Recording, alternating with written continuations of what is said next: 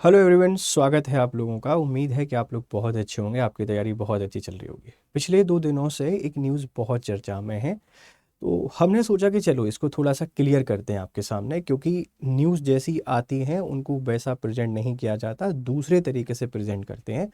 तो इसकी सच्चाई आपको बताते हैं कि एक्चुअल में खबर क्या है। अभी 2 दिनों से मीडिया में एक खबर बहुत चल रही है कि आरक्षित वर्ग को नहीं मिलेगी सामान्य वर्ग की सीट।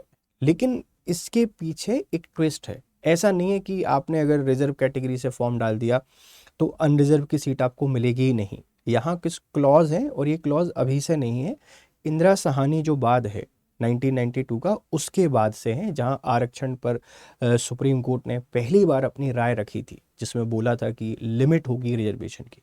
तो क्या ये वर्डिक्ट है, इसको जरा समझने की कोशिश करते हैं। पहले आप ये एक बार न्यूज़ देखिए। खैर, आगे बढ़ने से देखिए, ये हमारा ये मेरा कोड है GRB लाइव। आप इसको हर कोर्स में यूज़ कर सकते हैं, हर कोर्स में आप इसको ऐड कर सकते हैं। UPSC, state PSC, optional, judiciary, हर जगह एप्लीकेबल है। और अभी हमारी लास्ट डेट है प्राइस हाइक की आज, तो इसका हिस्सा आप लोग बने। MPPSC, UPSC जिस भी एग्ज़ाम की तैयारी कर रहे हैं उसके लिए, ठीक है। तो पहले खबर मैं आपको बताता हूँ, खबर क्या कहती है। खबर ये है, reserve category candidate with higher marks can't migrate, इस पे ध्यान रखना, can't migrate to general seats if rules don't permit. Supreme court, ये सुप्रीम कोर्ट का फैसला है, हाल ही फैसला है 2025 का। और सुप्रीम कोर्ट का कहना है कि अगर रूल्स अलाउ नहीं करते, इफ रूल्स डोंट परमिट, इस बात पे ध्यान ना, यहाँ कुछ छुपा हुआ है मसला। सुप्रीम कोर्ट का बड़ा सिंपल भाषा में कहना यह है कि आप अगर रिजर्व कैटेगरी से आते हो और आपने किसी भी तरीके का कोई भी रिलैक्सेशन लिया है, if you have taken any kind of relaxation, इस पे ध्यान देना। अगर आपने रिलैक्सेशन लिया है, कोई भी छूट ली है, और छूट किसके अंतर्गत? आरक्षण नियमों के अंतर्गत। आपने अगर रिजर्व कैटेगरी में कोई भी रिलैक्सेशन लिया है, तो फिर आपने अगर मेरिट को भी पार कर दिया तो अनरिजर्व कैटेगरी की सीट नहीं मिलेगी। देखो समझो, आपने डिसाइड करना है कि एक रिलैक्सेशन में भी क्या है। जैसे एज आपकी ज़्यादा हो गई है, मान लेते हैं कि जो मिनिमम एज क्राइटेरिया 31 है अनरिजर्व कैटेगरी का, किसी वैकेंसी का। आप OBC से आते हैं और आपकी एज 33 हो गई है। अब ये एज रिलैक्सेशन का फ़ायदा आपने ले लिया है। आप 31 की एज के अंडर आपने फॉर्म डाला है, आप अनरिजर्व कैटेगरी, रिजर्व कैटेगरी से आते हैं, आपने अगर ज़्यादा नंबर लेके आ गए हैं तो आपकी सीट मिलेगी आपको, उसमें कोई दिक्कत नहीं है, ठीक है। लेकिन आपने अगर फीस कंसेशन लिया है कि मैं रिजर्व कैटेगरी की फ़ीस देना चाहता हूँ, तो फिर आपको अनरिजर्व कैटेगरी की सीट नहीं मिलेगी। तो किसी भी तरीके का फ़ायदा अगर आप ले रहे हैं रिजर्व कैटेगरी का, और फिर आप ज़्यादा नंबर लेके भी आ जाते हैं, तो अनरिजर्व कैटेगरी की सीट में सिलेक्शन हो जाता था, लेकिन नहीं होगा। ऐसा सुप्रीम कोर्ट ने हालिया अपने फैसले में सुनाया है। और उन्होंने बोला है कि ये ज़रूरी है, ये मेरे शब्द नहीं है। मुझे पता है बहुत सारे बच्चे आएंगे, अरे सर ये हम कुछ नहीं बोल रहे हैं, हम सिर्फ आपको क्लियर कर रहे हैं कि आप अनरिजर्व कैटेगरी की सीट पे अभी भी जा सकते हैं। अगर दूसरा कोई आपने रिजर्व कैटेगरी वाला स्पेशल बेनिफिट नहीं लिया है, तो अगर बेनिफिट लिया है तो नहीं मिलेगा, नहीं तो नियम पहले से चले आ रहे हैं, अभी की कहानी नहीं है, ध्यान रखिएगा।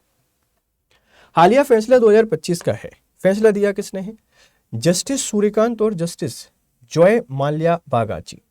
यदि कोई आरक्षित वर्ग SC ST OBC का उम्मीदवार ओपन प्रतियोगिता में सामान्य वर्ग के उम्मीदवारों से प्रतिस्पर्धा करता है और नियमों में कोई स्पष्ट रोक, एम्बार्गो नहीं है, तो वे सामान्य सीट पर चयनित हो सकता है। ये सबसे बड़ी बात यही है बेटा, अगर आप ओपन कंपटीशन कर रहे हैं, एक्स्ट्रा कोई रिलैक्सेशन नहीं ले रहे हैं आरक्षण का, तो सामान्य वर्ग की सीट पर जाएंगे।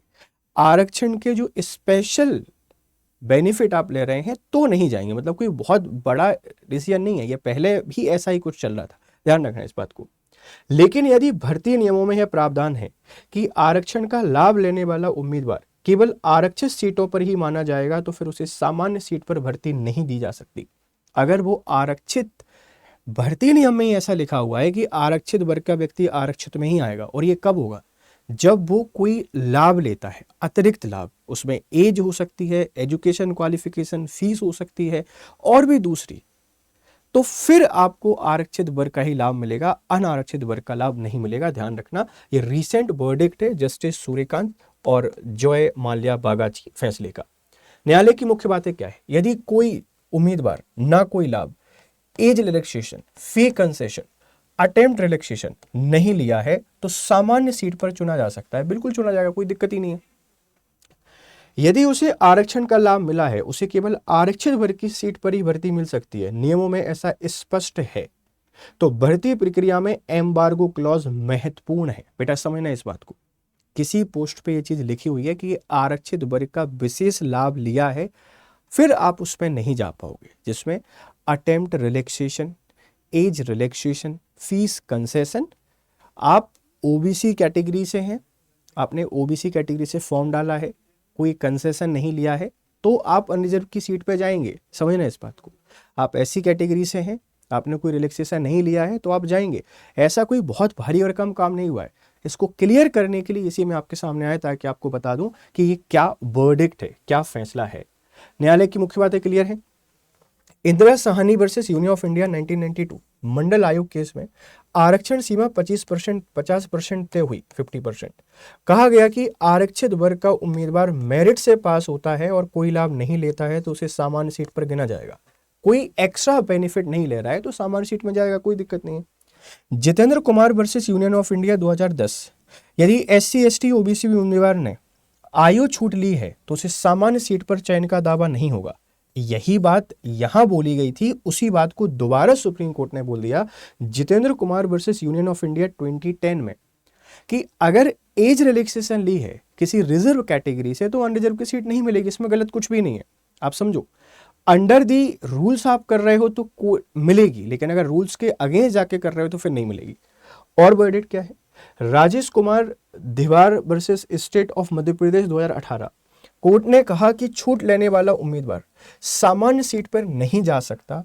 और सुप्रीम कोर्ट 2025 सूर्यकांत एंड जयमाला बागाची बेंच स्पष्ट किया कि मामला नियमों पर आधारित होगा। यदि नियमों में से कोई रोक नहीं है तो उम्मीदवार सामान्य सीट पर भर्ती हो सकता है। यह बात सिर्फ और सिर्फ नियमों की हो रही है, ध्यान रखना। तो एक इंपॉर्टेंट वर्डिक्ट है, ऐसा नहीं है कि अभी आया, ये पहले से चल रहा है, उसको और क्लियर कर दिया है। तो ये जो मिस इन्फॉर्मेशन आपके पास है, इस मिस इन्फॉर्मेशन से बाहर निकलिए। और ऐसा कोई बहुत बड़ा बदलाव नहीं आया है, सब वैसा का वैसा है। सिर्फ और सिर्फ नियमों के बारे में बात की गई है कि नियम अगर है कि आरक्षित वर्ग का लाभ लिया है तो अब अनारक्षित पर नहीं जा सकता, तो नहीं मिलेगा। मुझे पूरी उम्मीद है कि आपको ये पूरा लेक्चर समझ में आया होगा। अब जाने से पहले आपके लिए इंपॉर्टेंट अपडेट ये है, देखो हमारा आरंभ 9.0 ये बैच है और आरंभ 9.0 ये फाउंडेशन बैच है। आप सबको पता है कि 2026 की vacancy is about to come है। 2027 2028 कुछ भी प्रिपेयर कर रहे हो, क्या करना है?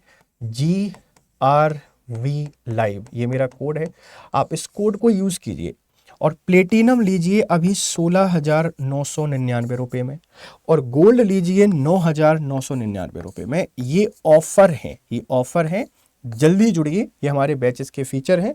ये हमारा ऑफिशियल टेलीग्राम चैनल है, आप इसको ज्वाइन कर सकते हैं। This is my personal Telegram channel, आप इसको ज्वाइन कर सकते हैं पीडीएफ के लिए, ठीक है, ध्यान रखिएगा। उम्मीद है आपको इन्फॉर्मेशन समझ में आई होगी। आपके फीडबैक हमको जरूर दीजिएगा। फिर आपसे मुलाकात करते हैं दूसरे लेक्चर में। तब तक खुश रहें, मस्त रहें। Have a nice day, good day.